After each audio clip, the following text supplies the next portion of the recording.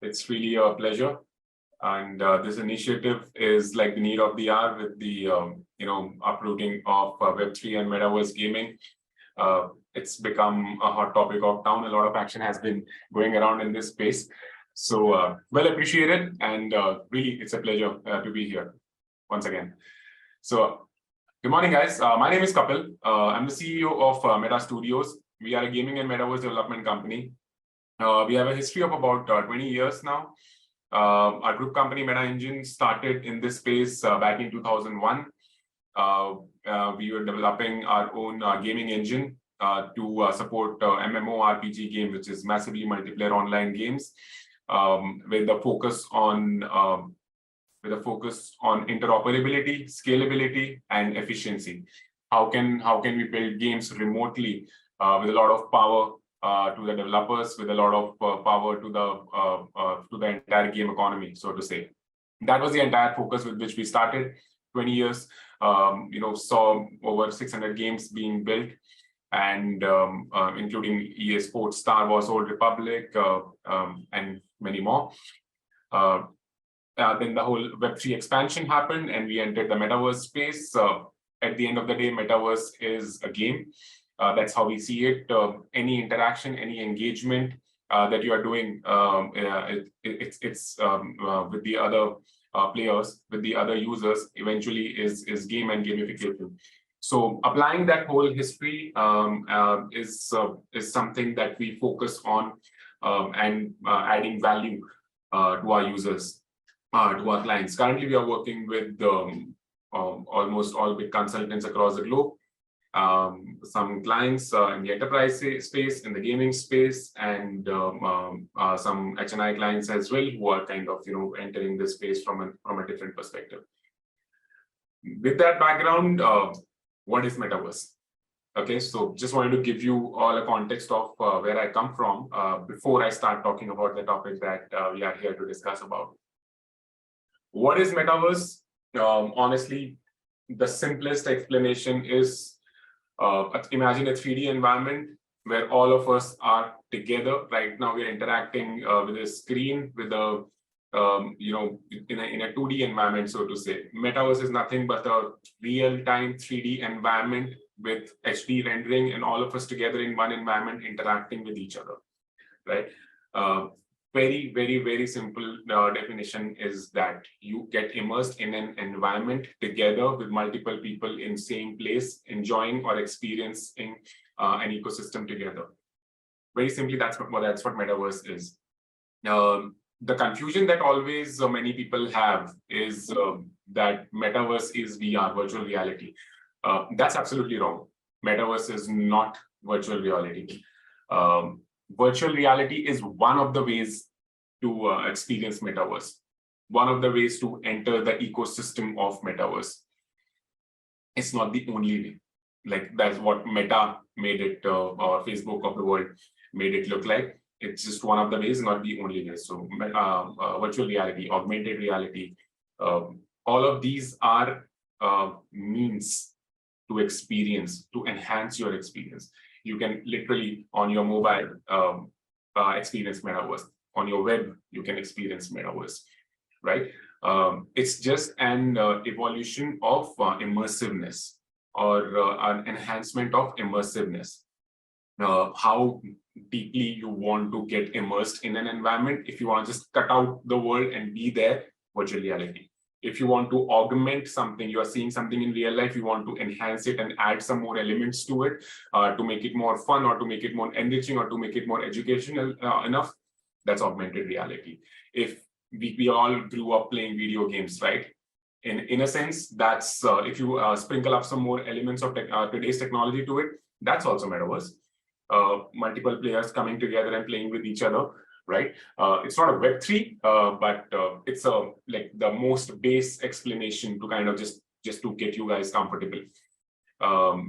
Let's take an example just to kind of break the ice and understand this a little better. Let's take an example of any video game that we play a lot. Like, my favorite is Call of Duty, right? Is Call of Duty Metaverse? Step one, not Metaverse. Step one. Why? Because if you're playing multiplayer, All right, if you're playing multiplayer, multi-people, people coming together and playing with each other, in a way, you are in that environment. Now put some elements of it on blockchain. Like every time you level up, that gets saved over a blockchain. Every time you buy a new weapon, gets saved over a blockchain. Every time you upgrade your rank, gets saved over a blockchain. Now these things which got saved here, what if I today how does Call of Duty work? Today, if I play for like 50 hours, I shut it down, gone. No matter if I became a general in that game, it's gone. It has no value outside Call of Duty, right? That is Web 2. That is where it is the past. Now what's happening? All of these rank ups, all of these upgrades, all of these weapons that I bought a new skin, I bought a new uniform, and my player is now a real badass, right? That everybody want to be like me in the game. How can I make a value out of this? Now, if it is on blockchain, these things, not the entire game, that's going to be a disaster, but these upskills, these upgrades, if it is on blockchain, what if I tell you that tomorrow I can walk into another game and import these there, right? Import these weapons that I bought, heavy weapons that took me like 20, 30 hours to unlock. I can take that to another game that I jump into. That's Web3 gaming. That's what Metaverse is enabling now at the where we are heading, and like many environments are not doing it. That's the difference between what it was earlier versus what it is now. Right now, one is I can import it to another game. Right, so my hard work, 50 hours that I invested didn't go waste. Now I'm carrying it forward. As a player, I am just maturing enough. As a player, I'm getting valued. As a player, my time is now having some credibility because I can take it to another game as well. Otherwise, if I, in layman examples, if I from Call of Duty I move to Battlefield, who knows me? What's the value? Even if I played 50 hours of Call of Duty in Battlefield, I'm still new, right? But if I'm able to carry forward the weapons, the skins or something, and it shows, okay, this guy comes from 50 hours of experience, it matters, right? I earn that respect in the gaming world. That's what Web3 enables. Second is all these expensive guns, all these expensive skins, etc. that I bought. What if I can sell it? What if I have a market for it?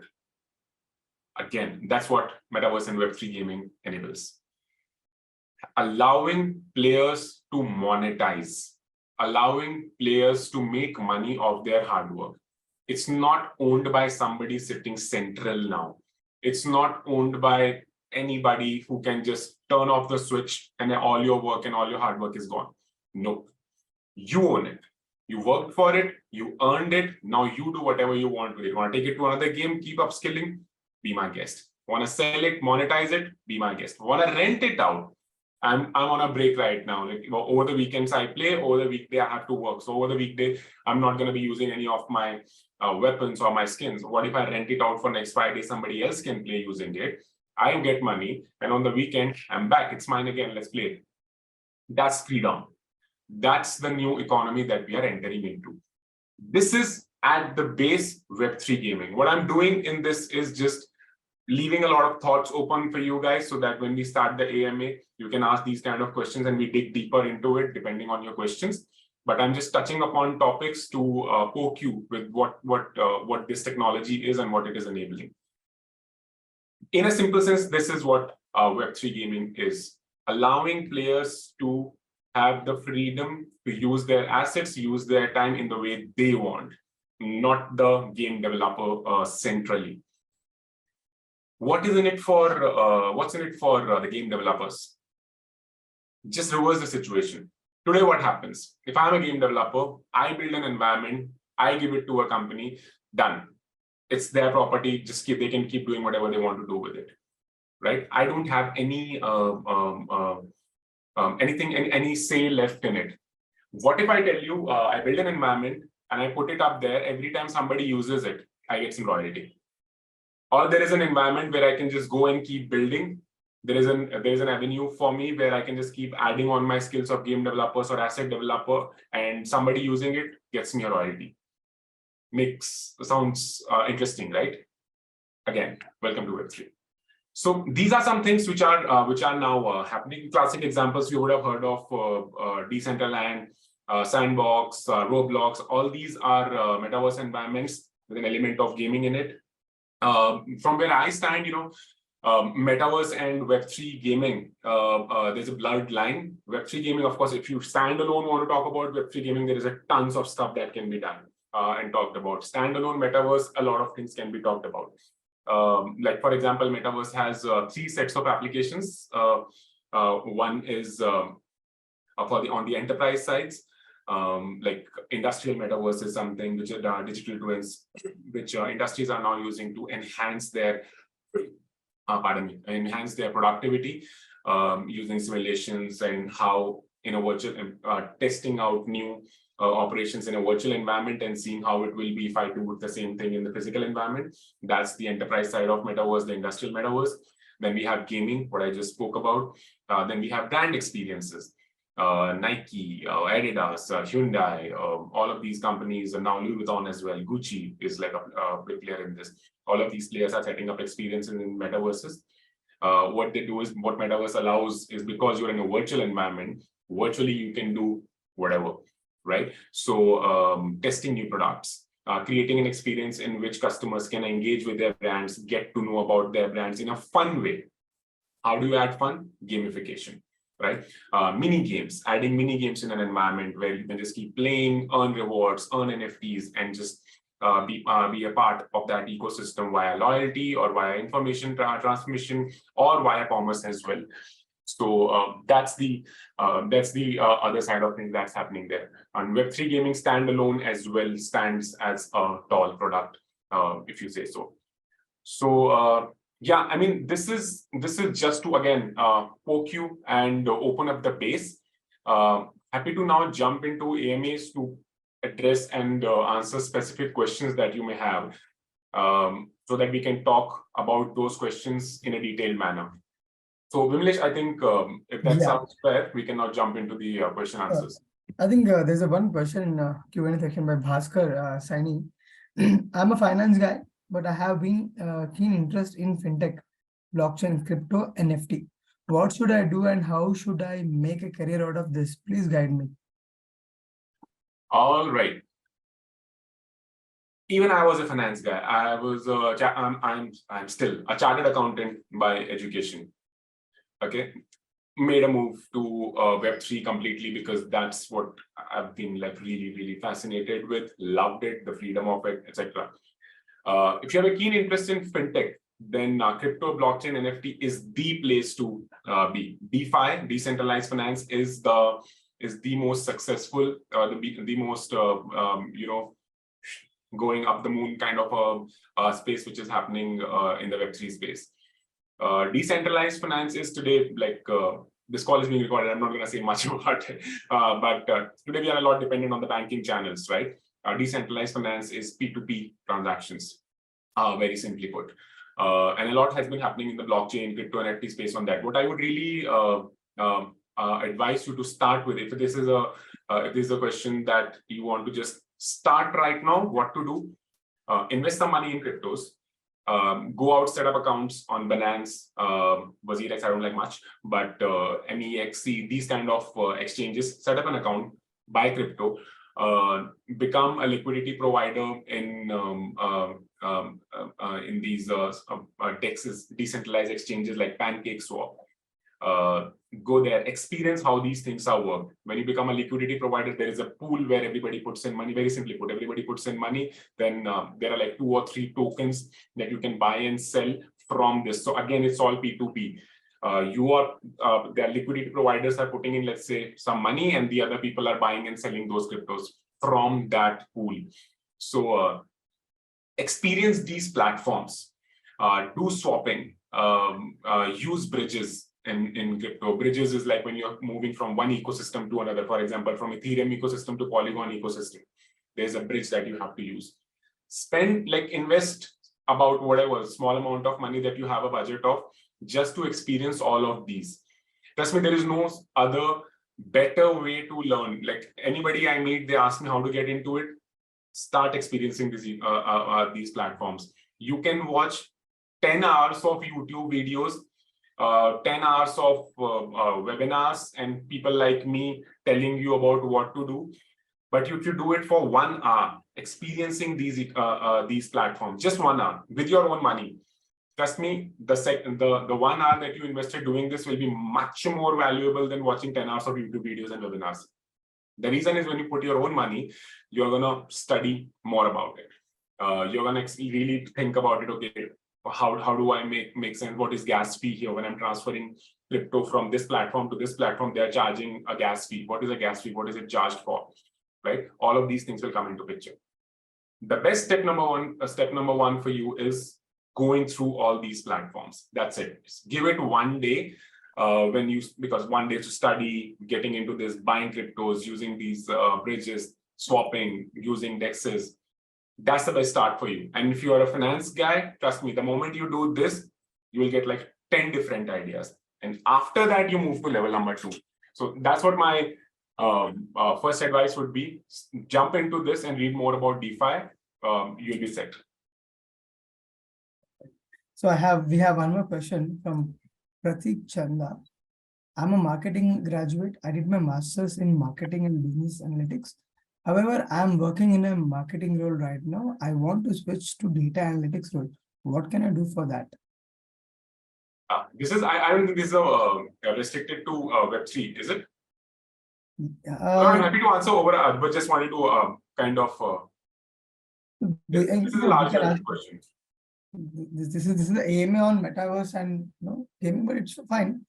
No, we can answer it definitely. I was just like, just making sure that we have the context. So marketing and now wants to move to business analytics. However, working in a marketing role now, I want to switch to data analytics role. What can I do for that? All right. So again, I can relate to my own example. I started my career in tax and litigation.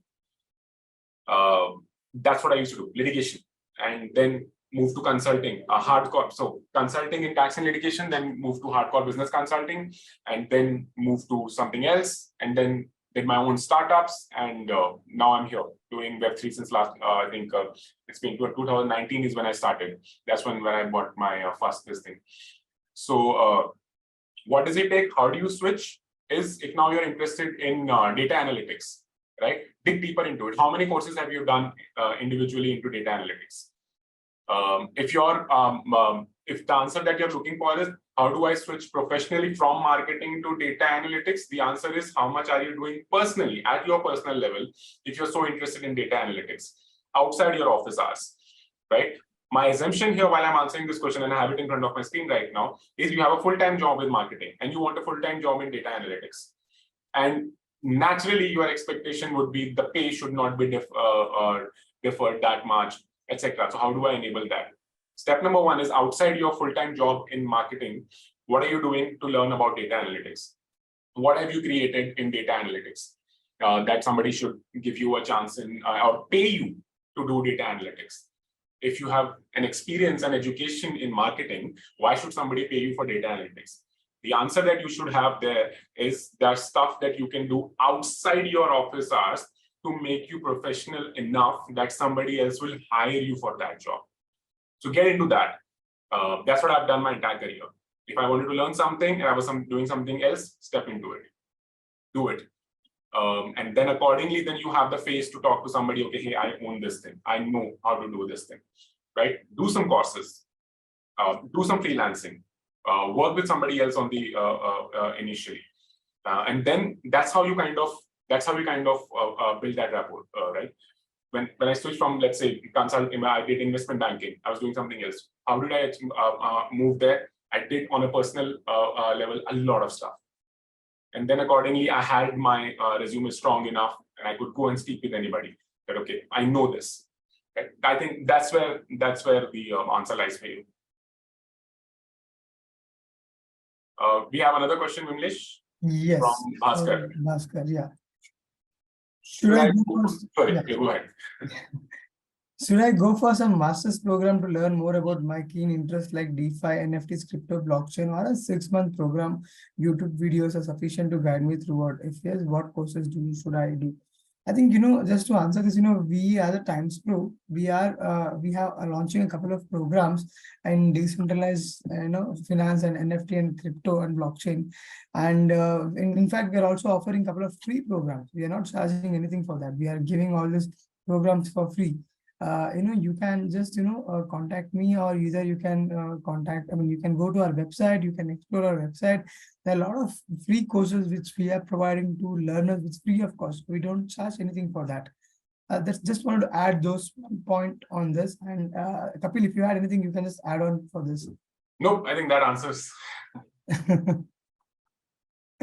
Yeah, I think if anybody wants to answer the question, I mean, if you want to ask any question, you can raise your hand. We will unmute you, and you can ask your question directly. Perfect.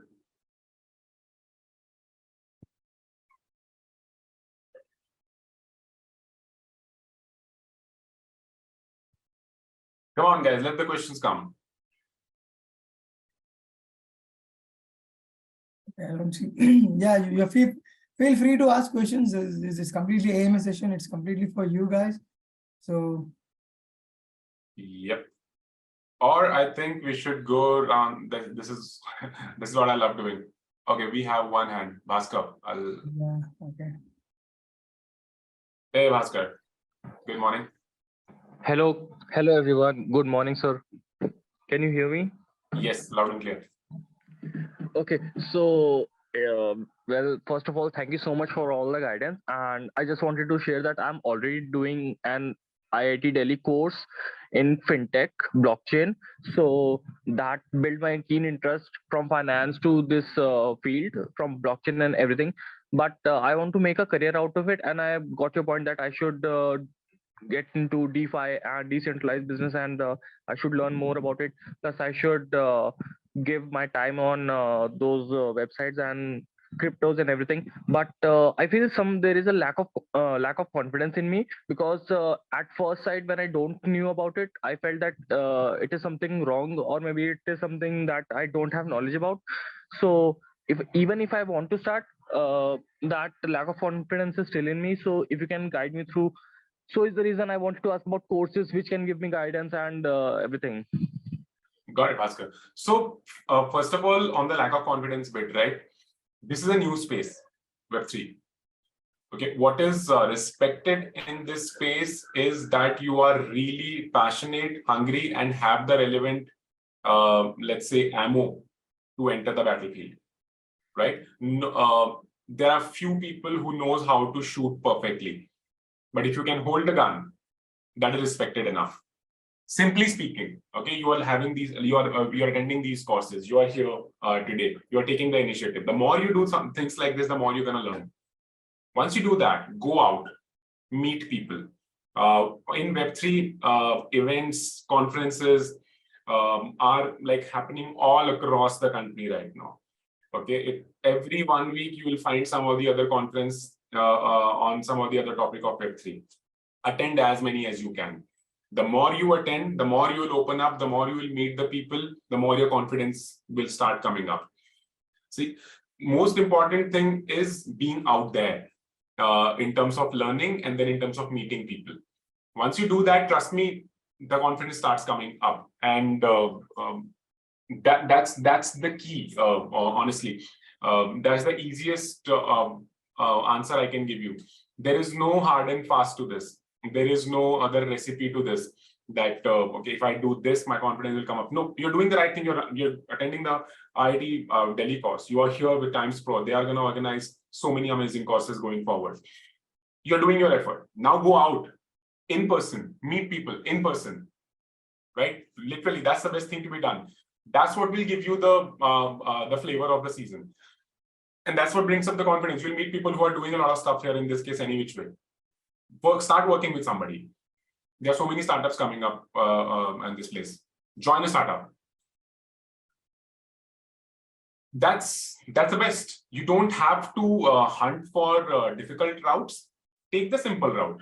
You're doing online courses, brilliant. Start investing money. Don't invest too much. Invest money as a learner. For example, if you have to take a course, you would pay hypothetically 20,000, 30,000, 10,000. half of that, put as a practical learning money.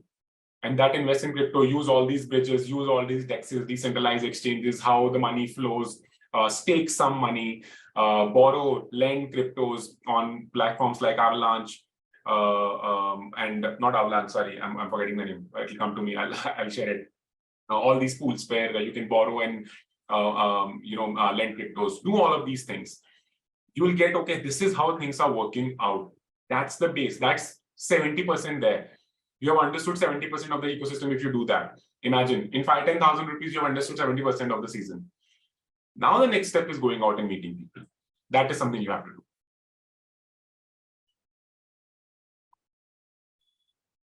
Yeah, I hope that answers your question. Yes, thank you so much. Thank you. Best of luck. We have Shantanu Pradhan. Hi, Shantanu. Yeah, you can ask your question. You can unmute yourself. Oh, okay. Am I audible now? Yes, you're audible. Yeah. Good morning, Vimlesh and Kapil. Thanks for arranging this session.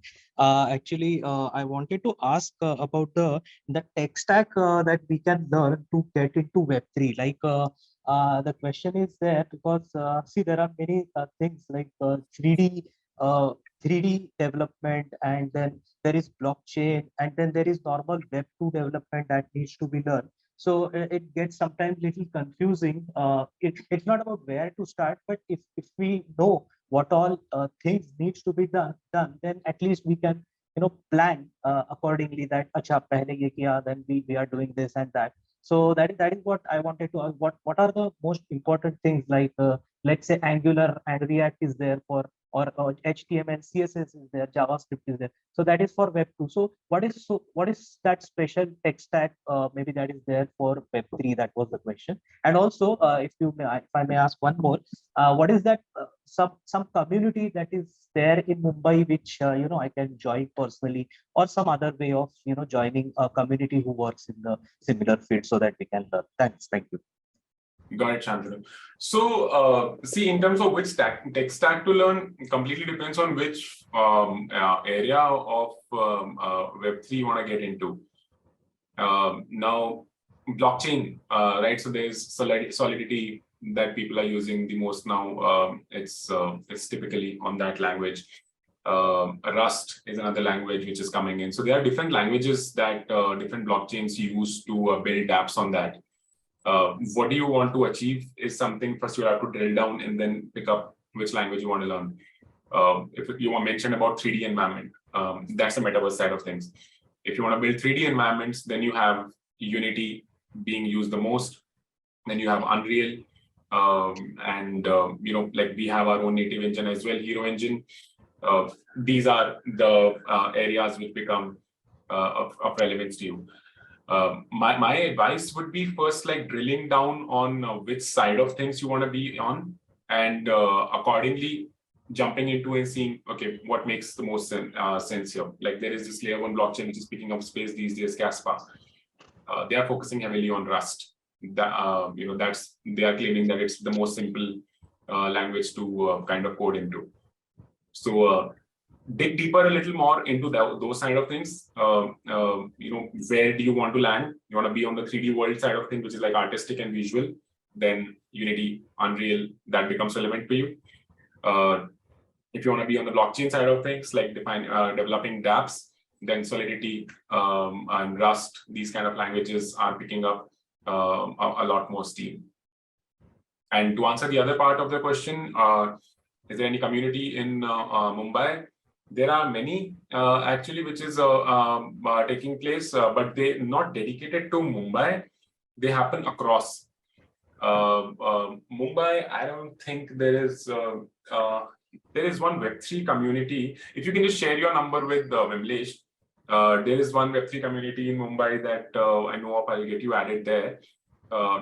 Sure. But look at these, accelerators like Foundership.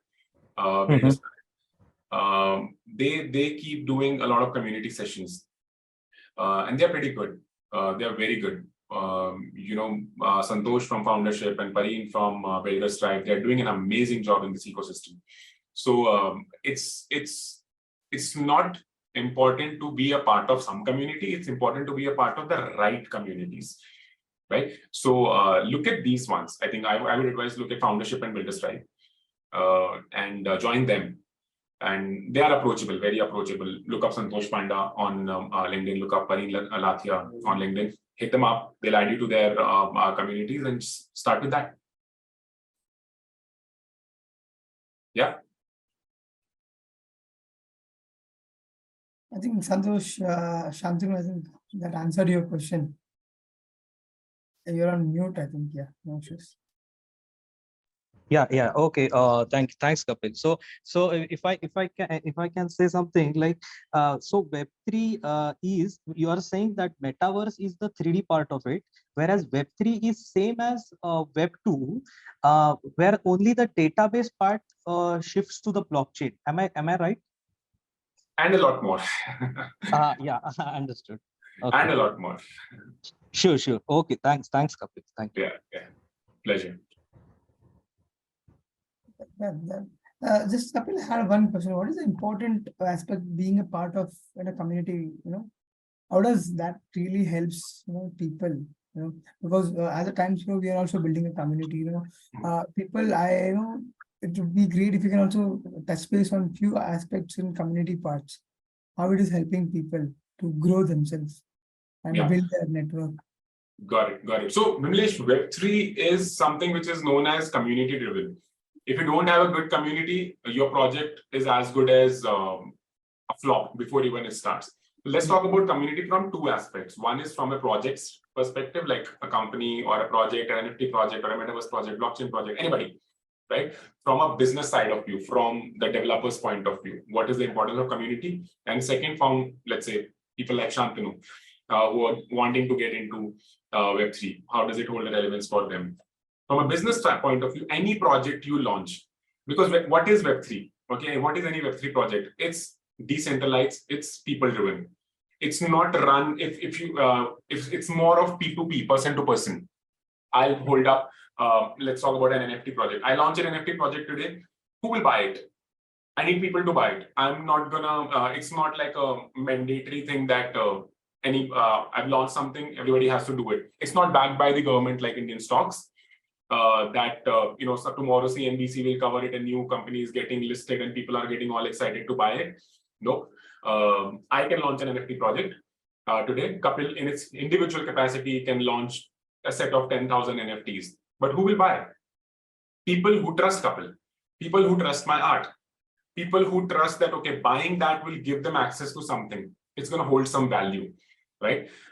Carry forwarding NFT example. Why do people buy NFT? Either as a digital emblem of sort, or digital memento, or a digital status symbol, or as an investment value, that will appreciate over time. Why should somebody buy my digital asset as a social symbol in the digital world? If I have some credibility. How do I get some credibility? If I have a strong community, if I have people following me, just like Instagram, right? More people follow you, you sell anything, people buy it, right? But here, the community interacts with each other. They connect with each other. They support the projects. So if you have a strong community, the project that you launch gets successful. Then they get access to something. Then they get rewarded. The community keep getting rewarded. I launch an NFT, you buy it, okay, I'm going to reward that loyalty. Let's say the next project I do, or with this project, the money that you gave me after you bought my NFT, I build something else with it. You get first access to it. You can buy it for half the price and anybody else who did not trust me can get it for, right? So for me, as a developer, as a company, as a project owner, if I don't have a strong community, I can't do 1 cent of business. I have to create a loyalty of community around it. And then what do I keep doing to make sure that my community is engaged? They stay loyal to me, right? That's again, engagement. How do I build engagement around the people in my community so that they stick to it? Everything I do, they support. That's the key.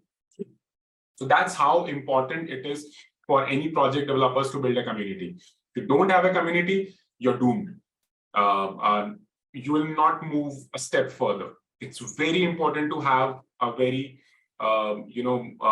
step-by-step drawn strategy to not just build community. Putting people together is not a community. You can do that. Hire an influencer from Instagram, Twitter, who has like 1 million followers, pay them a couple of $1,000, they'll put a post, people will join your WhatsApp group. But what about what purpose is that solving? Right? How do you engage them? People stick. Bringing people in this like digitally connected world, bringing people to some place is still easier. Making them stay there is the most difficult part. Community management is both. How do you bring them in a manner that they, okay, I'm coming to a right place? And then second, the most important, the 80% of the effort has to go in making them stay. How do you make them stay? What engagement do you do with them? What do you offer them? Why should they buy your project? Why should they buy your products? And then how are you kind of enhancing their value? They are giving you their time, they're giving you their money. More than money, they're giving you their time, right? How are you rewarding that? Because they are trusting you, they're not going somewhere else. Whatever you are doing, they're following it, they're resharing it.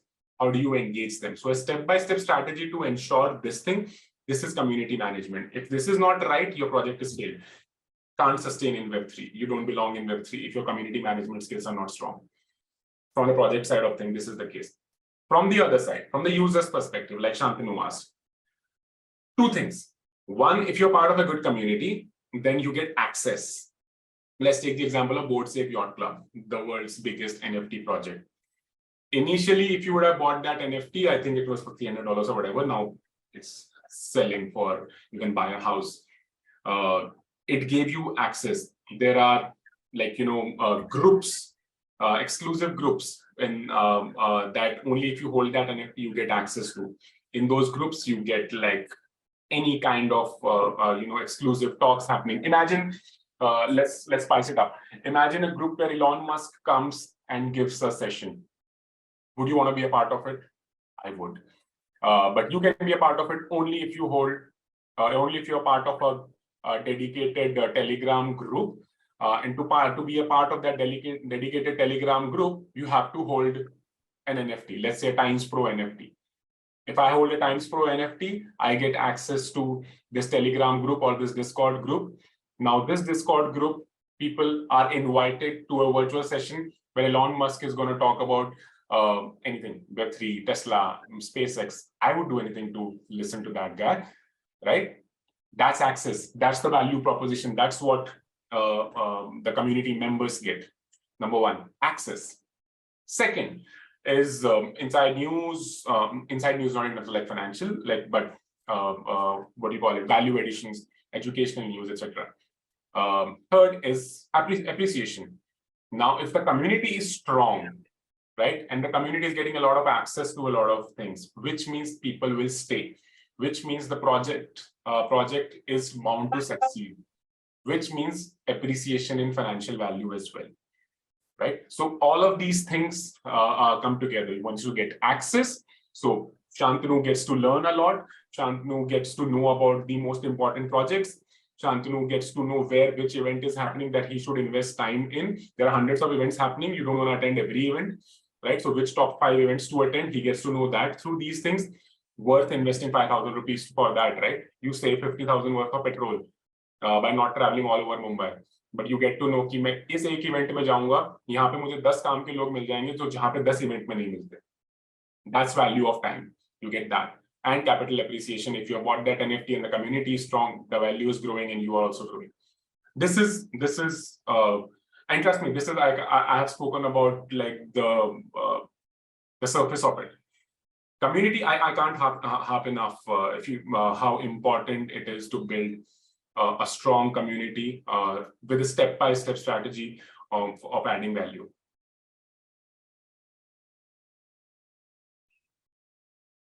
Great. That was a very brief answer.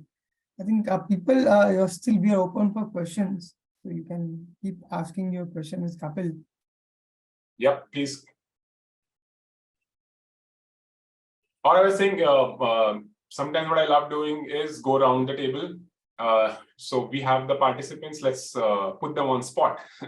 We call them out and ask them, tell them to ask something.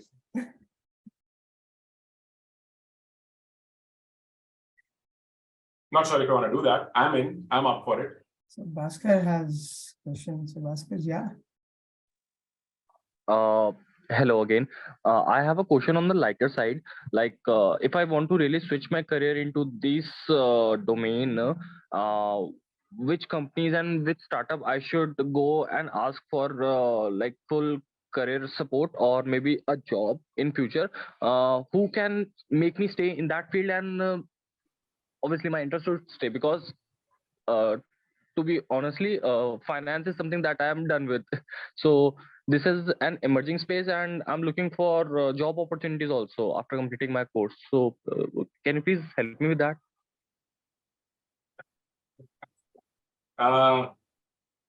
You gotta hustle for it, man. There can't be anything that when I'm done, where do I get the job? That's something that's gonna be your journey. The best way to look at it is in this space, follow people. You want to work with good founders, good CEOs. So follow somebody that you really believe in, and then the company they are in, and apply there. That's the right way to do it. Because a lot of projects will sound fancy here, a lot of companies will sound fancy, but if it is not run by visionary and practical founders and CEOs, then it's going to be a short journey. So the best way is once you have identified the area you want to be in, see who are like really doing a meaningful job in that space, who are adding value in that space, who are thinking long term in that space and not here for the quick buck, because that journey is always short driven. And accordingly, look at the companies that they are running, apply there. That's the best way to do. Sure, sir. Thank you. I'm gonna follow you on LinkedIn after this call. Thank you, man. There is one question from Ravindra Sheth. How do we navigate the regulation of governments? Like currently, the government is skeptical about crypto and they're moving towards CBDC due to some issue with the cryptocurrency. Okay. Sorry, can't see the question. Is it around the regulations? Yeah, it's around the regulation, yes. How do we navigate the regulations of government? Like currently, the government is skeptical about crypto and they are moving towards CBDCs due to some issue with the cryptocurrency. Okay, yeah. You don't navigate around the government regulations. You follow them. So see, government is really coming up. They have their reasons to add regulations to it, right? Because this is the more an unregulated space is, the more issues like Luna crash happens. Millions of dollars were crammed there. What adding regulation does is regulation should not be seen as restrictions. Regulation should be seen as an oversight. Oversight, as in not like this thing. So today you have a confidence in investing money in stock markets because you know that regulatory body is watching over it, and that investors' money are not gonna be like just disappear. At least to some extent, right? Regulation will ensure that the projects which are building in this space are audited, to say the least, and they are following a practice, and hence investors' money are safe to some extent. Because eventually, at the end of the day, your money, you're responsible. It goes both ways, because Web3 is all about decentralized, where you don't focus on being dependent on somebody. You take charge. That's what the ethos of Web3 is. But an added layer of regulation is really, really, really important, because that ensures that the whole economy, the whole ecosystem is run in a more formal and guided and directional manner. It's not that tomorrow somebody comes up and spends a lot of money in good marketing, makes you invest money, and then runs away with that money. That happens when the space is not regulated. When the government brings in regulations, this guy has to follow some protocols. This guy has to follow some a proper guided roadmap before he can take money from the investors. So you get that confidence that, okay, my money is safe, right? So you don't navigate the government regulations, you follow them. So it's very important that the regulations come. It's going to be in best interest of everybody. See, when regulations come, investors, not just retail investors, the venture capitalists, the private equity funds who put money in companies, allowing them to build, they get confidence. So they can pour in millions of dollars in India. That, okay, now the Indian Web3 space is regulated. The government has given a green stamp that A, B, C, D. If this is taken care of, the project is good to go. So then those investors get confidence to put in the money in projects, in companies. That does what? That creates job opportunities. That creates a much flourishing ecosystem in India. That makes India a destination, right? And then investors, the retail investors like you and I, get the confidence to put money in the projects as well. So it's a circular thing. One thing supports the another. So it's very, very important, and government is taking very good steps in this. They're setting up multiple committees to evaluate the situation closely. They are interacting with industry leaders to understand the ecosystem from their perspective, because they are working in this thing. So they are taking a lot of good and positive steps in this direction. And I think soon we can expect a good guidance from the government around this, and some hopefully some good regulations as well. So there is one more question from Amit. What are the key parameters, attributes to determine which blockchain network is good or bad? So is there any key mercies on one look for before joining any network Web3? Sorry, I didn't understand the question. So basically, this question is there any key parameters, to join before joining any network in blockchain? Is there any good parameters to determine that? Okay. Key parameters to determine which blockchain network is good or bad. But I think so, Amit, if we can request you to maybe come on audio and explain this question a bit better. Because joining blockchain network for what purpose is something that I would want to know from you. If you don't mind, can we have you on audio and just explain this question a little better?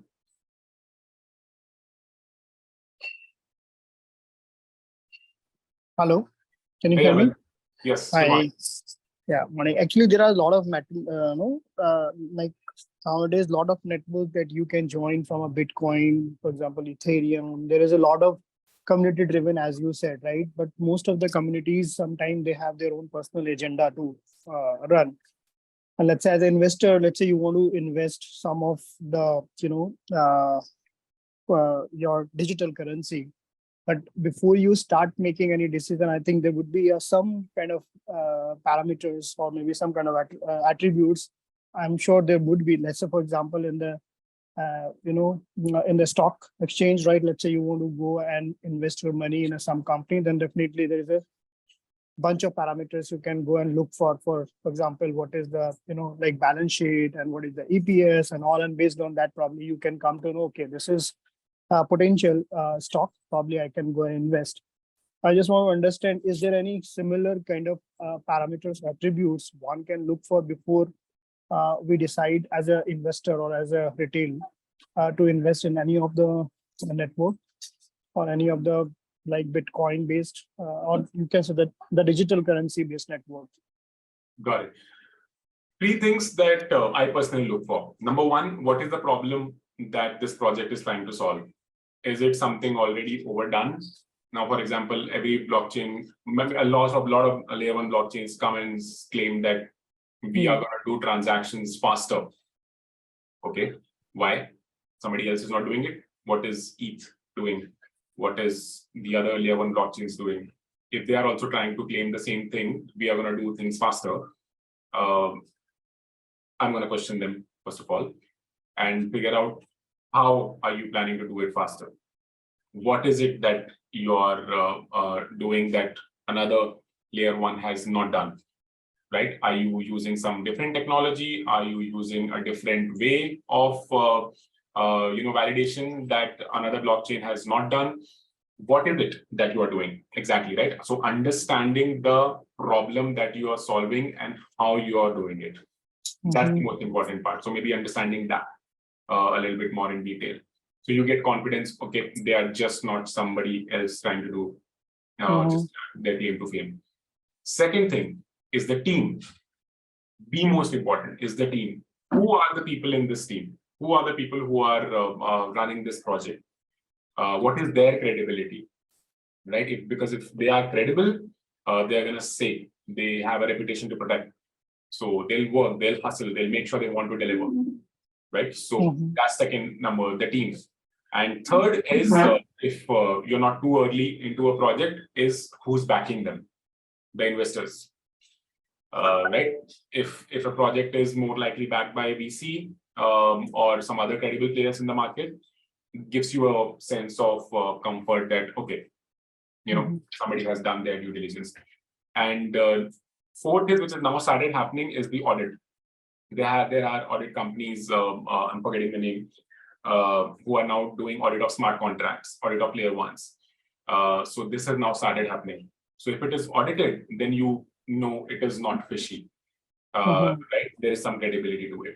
So these are the four things that I individually look at. Honestly, the most important for me is 1 and 2. Because many times I prefer, going in early as well if I go or something.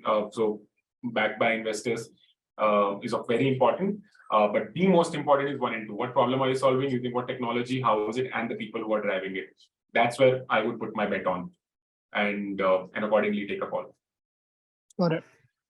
Thanks. Is there any other way to look at the whether the distributed ledger is really truly distributed, and like all your miner and all, it is not the concentrated, or it is really, widespread distributed evenly.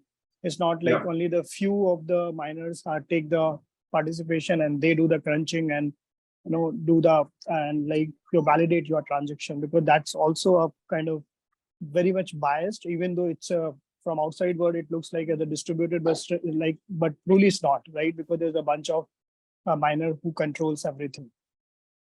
Understood. See, here also again the audit part comes into picture. So to how is the tokenization done? If it is audited, then you get to know, because in tokenization they'll explain how it is. Go to the white paper. The white paper really explains everything. And if it is audited, then you know, okay, what they are doing, what they're saying in white paper is something that they have translated into the smart contracts as well.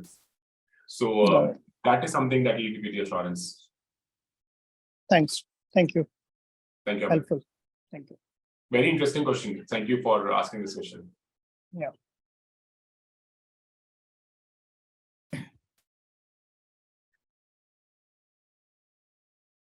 Great, Kapil. I think there are. I think we don't have any other questions. I think so. People, we have 8 more minutes to go. So you can ask your question, or if you want to come down to audio, feel free to come raise your hand. We'll allow you to speak.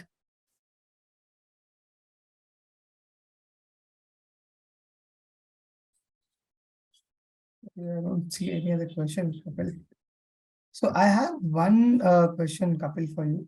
So how do you think the inclusion of Web3 has benefited the education, in the modern education and the industry development? So modern education, right? Just take this this webinar, for example. Look at the questions that are being asked here, the topics that we have covered. What is the kind of jobs that youngsters today want to take up? Is it actually like Bhaskar is saying, I'm done with fintech? Could he have said this 5 years back? I don't think so. Because 5 years back, we were in a shell. You studied this, you work in this, you make your career in this. That's what 80 to 90% of the paths looked like. Today with Web3, it has really opened up. Today, I'm working, one of my clients, I'm making a metaverse for DJs. DJs can come and perform for their fans in a virtual environment. Their fans can join, they'll get rewards. an entire loyalty program, connection, engagement, everything, creating a virtual universe for DJs across the globe. And the guy who is the owner of that project, my client, is 21-year-old. And we are talking about a project which can practically go into millions. If it is scaled properly, this can actually be the next big thing. And the owner is 21-year-old. That's because this space is so progressive that to learn about this, to implement it, all you need is hustle and the right set of application of mind, which you can get by being in the right place. So once you do that, I think so opens up. So there is a lot more avenues which have come up to study, to apply, to learn. That's what it is doing in the education space. Look at what Times Pro is doing.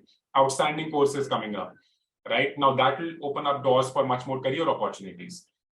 So Web3 has opened up many career opportunities. I just love, I do it a lot, like interacting with young folks across the country and now in the Middle East as well, about the career opportunities that Web3 is opening up. And it's tremendous. I just love interacting with these young folks who are like, I want to get into this, I want to get into that, I want to get into this. Okay, this course is the traditional, they're teaching me commerce, business, etc. That sounds boring. What about this? Now you have an avenue to apply your book knowledge, which is personally I really, really love. Technologies like Metaverse has made it much more fun to learn something. You get immersed, you add the gamification element. It's not just 3 into 3 is 9, ratta kar lo. No, you have a fun way to show the kids why 3 into 3 is 9. Right? You have it's not anymore Jupiter is planet number this in the solar system. It has a ring, etc., etc. Ratta mar lo.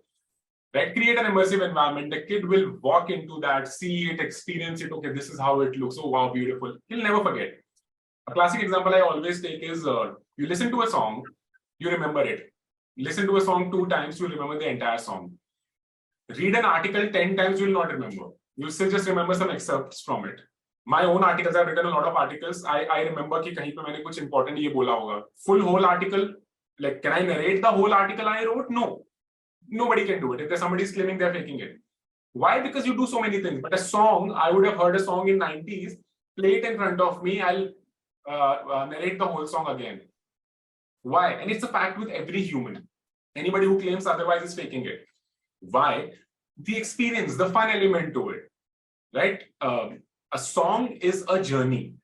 A song takes you through a journey. It has music, it has beats, and if you have seen a video, then you have been immersed even more. It's the immersive environment that you are taken into when you are listening to a song or watching a music video. When you're doing an article, it's one way. You're just typing it, right? There is no music in the background. There's no video playing. When I say Metaverse is going to change the whole narrative of where our country is going, if I do it in a video form, I still remember it. But if I've just typed it, it's one line, right? Immersiveness, experiences. So this is what Web3 and Metaverse and gaming in this space is doing. Adding a lot of fun element to the whole practical sense of things. It is teaching you things in a much different manner. It is not, it's not boring anymore. It's fun. That does not mean I find articles boring. I love it. But I'm just doing a comparison. So it's a new world that we are in, which I'm highly, highly optimistic and bullish about. And I'm really glad I'm getting to participate in this whole, I like to call it a revolution, which is happening, because so many new doors are opening up. Name it and you will have a solution. We didn't have it a decade back. So yeah, I mean, tons of changes and optimistic ones, positive ones is what I can say. Great. I think that answered my query and my question. And we have 3 more questions. So Rakesh is asking, what is the difference between Web 2 and Web 3? Web 2 and Web 3, centralized versus decentralized. You go on Facebook today, all your data is there. Today or tomorrow, Facebook can just, Facebook is monetizing your data by giving you ads. You get Nothing. In Web3, you get to decide what happens with your data. Classic example is Brave browser. You get, if you choose to watch ads, you get monetized. You get a cut of it. You own your data in Web3. It's decentralized. It's more P2P than P2 centralized, P2C, if there's something. That's the simplest of the example that I can give you. Another is the whole experience bit of it. 2D versus 3D, etc., that we covered in this whole session. We have a question from Narayan Shanbhag. Solidity in Ethereum BC or Java with Hyperledger Fabric has more scope? Solidity. My vote for Solidity. If you have this question, also look at Rust. That's another pretty cool language which is coming in for development. Maybe have a look at that as well. But from these two, I vote for Solidity. With a tough fight with Rust. Have a look.